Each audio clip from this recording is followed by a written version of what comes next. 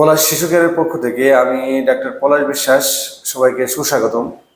গত ভিডিওতে আমরা জেনেছিলাম যে মিজেলস রোগ কি, এ রোগ কিভাবে ছড়ায়, এ রোগের লক্ষণ কি কি।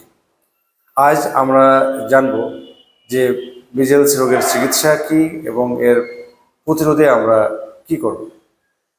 চিকিৎসা প্রথমে আমরা এটা মিজেলস রোগী যদি পরিবারে কেউ থেকে থাকে বা বাচ্চা থেকে থাকে তাকে যতটুকু সম্ভব অন্য বাচ্চা বা রোগ প্রতিরোধ ক্ষমতা কম আছে বা বয়স্ক ব্যক্তিদের থেকে আলাদা রাখা উচিত। বাচ্চাকে ভিটামিন এ রিচ ফুড আমরা খাবার খাওয়াবো। এই ভিটামিন এ রিচ ফুডের তালিকা আমি আগে দিয়ে দিয়েছি আমার এই পেজে। আমরা বাচ্চাকে vitamin high potency vitamin A দিতে পারি। বাচ্চার বয়স যদি 6 মাস থেকে 1 বছর হয়ে থাকে তাহলে 1 লাখ, 1 বছরের উপরে হয়ে থাকলে 2 লাখ ভিটামিন এ। শুধুমাত্র মিজেলস হয়ে থাকলে আমরা পরপর 2 দিন দেবো। এবং মিজেলসের সাথে যদি বাচ্চার অপুষ্টি থেকে থাকে কিংবা বাচ্চার চোখ ক্ষতিগ্রস্ত হয় তাহলে প্রথম দিন, দ্বিতীয় দিন এবং 14তম দিন আমাদের ভিটামিন এ ডোজ অনুযায়ী দিতে হবে। এছাড়া বাচ্চা যদি কাশি থেকে থাকে তাহলে আমরা কফ রেমেডি কাশির সিরাপ দিতে পারি, তুলসী পাতা সাদা রস এগুলো দিতে পারি।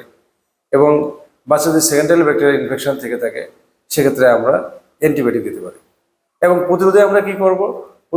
একমাত্র প্রতিরোধে আমাদের যাতে বাচ্চাকে মিজেলস রোগী থেকে আলাদা রাখা, যাতে সংস্পর্শে না আসে, এবং বাচ্চাকে মিজেলসের ভ্যাকসিন যেটা আছে এমআর বা এমএমআর ভ্যাকসিন দিতে হবে। বাংলাদেশে এপিআই শিডিউল অনুযায়ী এমআর ভ্যাকসিন দেওয়া হয় 9 মাস এবং 15 মাসে।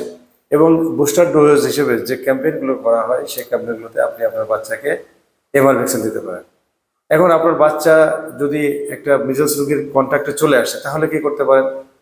3 দিনের ভিতর বাচ্চাকে যদি আগে ভ্যাকসিন না দেওয়া থাকে তাহলে ভ্যাকসিন দিতে পারেন। আর 6 দিনের ভিতর বাচ্চাকে ইমিউনোগ্লোবিন দিতে পারেন। আপনার বাচ্চা সুস্থ থাক, সুন্দর থাক। সবাইকে ধন্যবাদ।